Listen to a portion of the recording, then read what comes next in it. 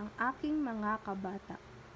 Kapag ang bayay sadyang umiibig sa langit, salitang kaloob ng langit sa kalayaan na saring masapi.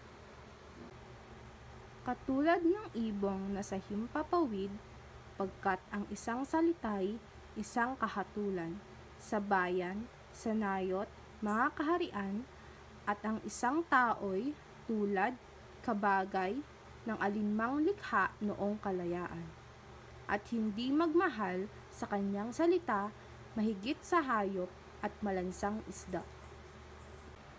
Kaya ang marapat pagyamaning kusa na tulad ng inang tunay na nagpala, ang wikang Tagalog tulad din sa Latin, sa Ingles, Kastila at salitang Anghel, sapagkat ang poong maalam, tumingin ang siyang naggagawad, nagbigay sa atin.